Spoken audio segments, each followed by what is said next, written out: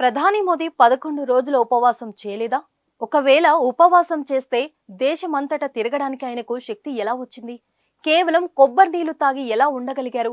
రామ మందిరం ప్రాణ ప్రతిష్ఠ వేడుకకు ముందు ప్రధాని మోదీ 11 రోజుల నిరాహార దీక్షపై కాంగ్రెస్ నేత కర్ణాటక మాజీ ముఖ్యమంత్రి వీరప్ప మొయిలీ సందేహం వ్యక్తం చేస్తూ లేవనెత్తిన ఈ ప్రశ్నలు సంచలనం సృష్టిస్తున్నాయి. తేజస్ అకాడమీ స్థాపించిన 12 సంవత్సరాల్లో 1918 డిఫెన్స్ ఉద్యోగాలతో పాటు ఇంటర్లో రాష్ట్ర స్థాయి మార్కు సాధించి తెలంగాణ నెంబర్ 1 గా నిలిచిన తేజస్ ప్రాణ ప్రతిష్ఠ క్రతువు కోసం 11 రోజులు ప్రధాని మోదీ ఉపవాస దీక్షలో ఉన్నారు.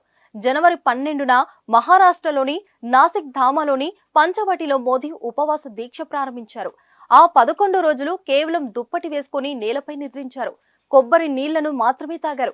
ఎలాంటి ఘన ఆహార పదార్థాలను తీసుకోలేదు. సూర్యోదయానికి ముందే నిద్ర లేవడం, యోగా, ధ్యానం చేయడం లాంటివి ఆచరించారు. గోపూజ చేశారు. ఆవులకు ఆహారం అందించారు. రాముడి జీవితంతో సంబంధం ఉన్న ఆ అన్ని ఆలయాలను సందర్శించారు. ఆంధ్రప్రదేశ్లోని లేపాక్షి, తమిళనాడులోని రామేశ్వరం, తిరుచిరాపల్లి, ధనుష్కోటి, కేరళలోని గురువాయూర్ ఆలయాలకు మోదీలారు. జనవరి 22న రామ్లల్ల ప్రాణ ప్రతిష్ఠ కార్యక్రమం పూర్తవగానే మోదీ తన ఉపవాస దీక్షను విరమించారు. శ్రీరామ జన్మభూమి తీర్థక్షేత్ర కోశాధికారి గోవింద్ దేవగిరి మహారాజు రామచరణమృతం తాగి తన ఉపవాసాన్ని ముగించారు.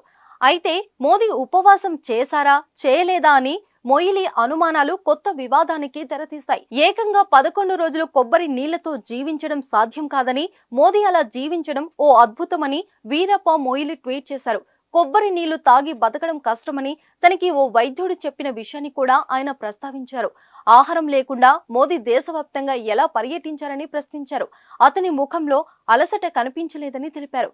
అసలు మోదీ ఉపవాస దీక్ష చేసి ఇలా బతికి ఉండడం ఓ వండర్ అని మొయిలీ సెన్సేషనల్ కామెంట్ చేశారు.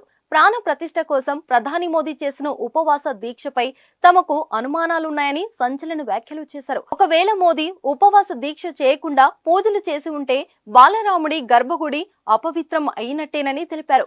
వీరప్ప మొయిలీ కామెంట్స్ పై బీజేపీ మండిపడుతుంది. కాంగ్రెస్ లీడర్ వ్యాఖ్యలను బీజేపీ శ్రేణులు తిప్పికొడుతున్నారు. రాముడికి కాంగ్రెస్ పూర్తిగా వ్యతిరేకమంటూ విమర్శలు చేస్తున్నారు.